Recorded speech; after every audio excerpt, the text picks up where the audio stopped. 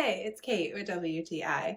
A good pair of sunglasses is a must-have for me for hot summer days, and I am so in love with this pair that I found.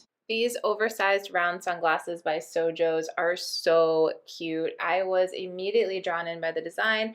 Comes with a little carrying case, which I thought was a nice touch. I love the detail on the tips of these sunglasses, and also it kind of a pinkish hue on the mirrored lenses. I have them here in the black and pink, and I just love the look of them. It also came with a little cleaning cloth, which I thought was a nice touch as well, so I'm cleaning them off with some spray.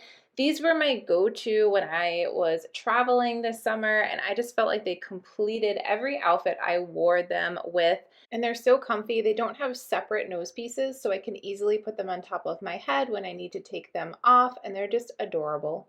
I am really obsessed with the look and feel of these sunglasses. I think that these sunglasses are so cute and comfortable, and of course they do their job protecting my eyes from the sun. I highly recommend checking these out because they have been my favorite pair this summer, but that's just my point of view.